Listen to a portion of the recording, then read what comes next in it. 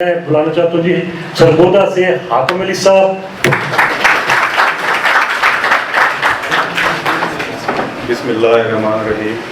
سب سے پہلے بیٹھے ہوئے حال میں تمام مہمان کو خوش آمدید، اور سب میزبان اور مہمان کو میں شکریہ ادا کرتا ہوں، خاص کر جواد صاحب جو ہمارے پارٹی کے چیئرمین ہیں، اور ڈاکٹر شہناز صاحبہ جنہوں نے مجھے موقع دیا اور اس قابل سمجھا کہ مجھے کوآرڈینیٹر بنایا، اور خاص کر مقصود مجاہد صاحب کا جنہوں نے میری گائیڈ بھی کر رہے ہیں اور مجھے سکھا بھی رہے ہیں کہ میں نے کیا کرنا اور کیسے کرنا۔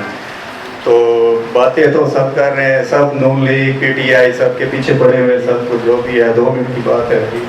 تو یہ جو لوگ ہیں، ہم خود غریب لوگ جو ہیں، جو اقتدار میں ہیں یا امیر ہیں، ان کی باتیں کرتے ہیں، سب کچھ کرتے ہیں، لیکن عمل نہیں کرتے۔ 2 باتیں میری سوچ کے مطابق اگر میں بات کروں گا، شاید ہو سکتا ہے غلط بھی ہوگا، کروں گا تو کسی کو پتہ چلے گا، مجھے بتائیں گے کہ میں غلط کر رہا ہوں یا صحیح ہے۔ ایک شعور ہے، ایک خوف ہے۔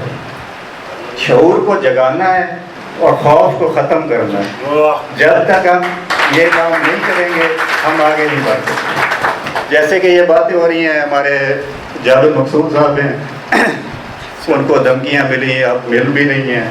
جیسے ابھی یہ بھائی نے کہا کہ نمبردار ہیں، میں کچھ بھی نہیں تھا۔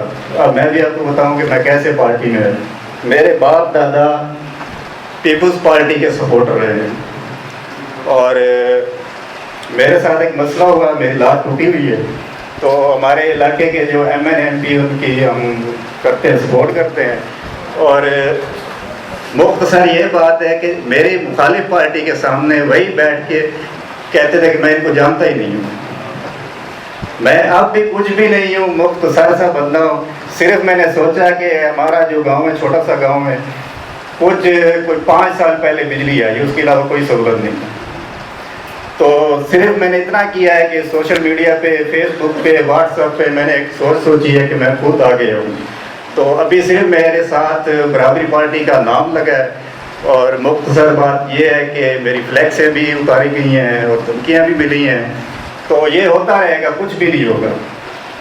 جیسے میں نے 2 الفاظ صرف کہیں کہ خوف اور شعور۔